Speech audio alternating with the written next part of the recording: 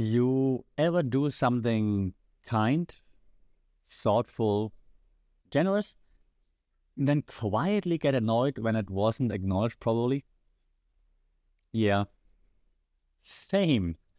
And you weren't doing it for validation, right? But also you kind of expected a thank you, a return favor, or at the very least, a response that matched the emotional labor that you just put in. And when that doesn't come, welcome to the emotional receipts economy, where we track, audit, and, let's be honest, mentally invoice people for how they show up. Or do.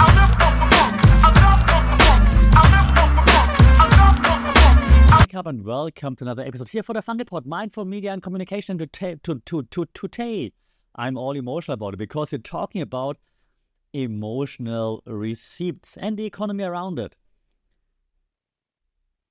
We don't want payback, but what we do want is matching energy. So let's start with the obvious here, okay? Most people do not walk around thinking, I did this, so you owe me that. We don't, right? That's not how it is. At least we don't say it out loud anyway. But inside we're tracking. And not because you're petty, but because that's how we're wired. People are wired for reciprocity. So when someone doesn't respond, reciprocate, or at least acknowledge what we've done or shared, it doesn't just feel disappointing. It feels like, like an imbalance. And what do we do when something feels unfair? We keep track, we keep score. So as always, there are theories to it. So let's look into the theories behind pettiness, if you will. One theory, we mentioned it just a few times on the pod, it's called equity theory. So equity theory says we evaluate relationships based on perceived fairness. So what we give versus what we get. The moment that ratio feels off, the tension builds. Not always outwardly, but internally. Resentment, distance, passive withdrawal. And even if the imbalance isn't intentional, it still registers. Because very often it's not intentional, right? People don't walk around and be like, I'm going to be a dick to you. No, but they are. And so it registers internally.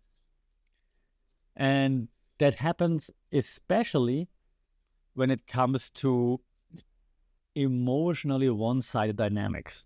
When you put in so much emotions, but then the other party, person, whoever does not. So for example, you listen to someone's problems week after week after week, and when you finally went, they say, oh wow, that sucks, and change the subject. That's an equity violation, right? And your internal scoreboard goes like, -1. And it logs the deduction. And there's another theory that relates to that. We call that, and that's a new one for this pod, we call that the face work and expectancy violation theory. Yeah. So part of that is the face theory, okay? So when we do something generous or something vulnerable or emotionally risky, we are also doing a little bit of what we then call in communication face work. We are managing how we're seen, right? Because you're letting down your guards, you're letting someone in, you're sharing more of yourself. So when you do that and someone responds in a way that feels underwhelming or out of sync, it doesn't just feel disappointing. It feels like a violation of what we expected based on the script that we're all pretending to follow. It's like, I'm vulnerable now. I expect you to appreciate it and maybe even be vulnerable back. Or at least understand that I'm vulnerable right now, that it's not easy for me, so I expect you to react appropriately. And if you don't, you're violating that script. Let's say you open up and then they replied with like a fire emoji. And you showed up and they ghosted. Right? The mismatch, it's not just emotional, it's also performative. And we notice that. People notice that. And we always say, yeah, performative, being performative doesn't really matter. Yeah, it shouldn't matter as much, but it does to some extent when the emotions are matched and then the performance also is matched, right? It's like a double mismatch, so to speak. And it's not like we are having a journal where we're noting down, okay, 1 + 1 - 1 and so on. No. But in modern scorekeeping, in this case, looks more like this, right? In your mind, you're like, okay, they didn't even like my post after I shouted them out last week, for example, or I supported them through everything and now they're MIA, or I dropped everything to help them and no check-in, no thank you, nothing coming back. We only talk when I message first. What's up with that? Or they viewed my story, saw me basically crying for help, but I did not respond. And if you just say it like this, right? It sounds petty. It sounds petty when you say it out loud. But if you're now honest with yourself, and I'm honest with myself right now as well, we don't say it out loud. We say it in here. Yeah, we say it quietly to ourselves. It's the internal voice who says it. We don't say it loud, but internally, you're like, yeah, you didn't do it. Again, right? Yeah, so we feel it quietly, and we continue to give if we can, but while doing so, grow quietly resentful, and that's the dangerous part. And that doesn't mean that we're dramatic. Sometimes we are, but all of that is very, very human. So it's not like you're being extra drama, you're being a normal human. So now the question is, are we all just now emotionally transactional, or what's happening? And well, kind of. But that's nothing new, right? So don't be like, oh, damn, stupid internet or anything. No. Because it's not in a way that TikTok, IG, or whatever might want to frame it. Let me explain. The thing is, if you keep emotional receipts, right, it's not always toxic. Sometimes, and now that might sound a bit weird, but I mean, I'm a robot German, so I can say it. Sometimes it's necessary data. That you're not required to keep giving when you never feel seen. And you're allowed to notice patterns. That's fine. That's logical, even. Mr. Spock or Sheldon would agree. And you are allowed to recalibrate your energy distribution. Yeah, who says you can't change the way you put out your energy? What becomes unhealthy is when the entire relationship becomes like, a silent scorecard. When you don't change anything, but you just keep score the whole time. So when nothing can happen without being logged, weighed, measured, or resented even in the end. And at that point, it's not a relationship, and be it like a romantic one, a professional one, a friendly relationship, whatever it might be, right? But at that point, it's nothing of that anymore. It's just an audit. And you don't want to be the IRS, right? In this case. So now the second question we're asking today, can we disrupt that receipt mindset without becoming like dormant? How do we interrupt this? Well, communications research suggests that there are like a few things we can try. One thing that we can try when we notice this, the way we communicate, is that we can call the pattern before the person. Meaning, instead of blaming someone or calling someone out right away, like instead of, you never show up for me, you could say, okay, I've noticed I tend to, initiate or maybe invest a bit more in this dynamic that we're having here. Have you noticed that too?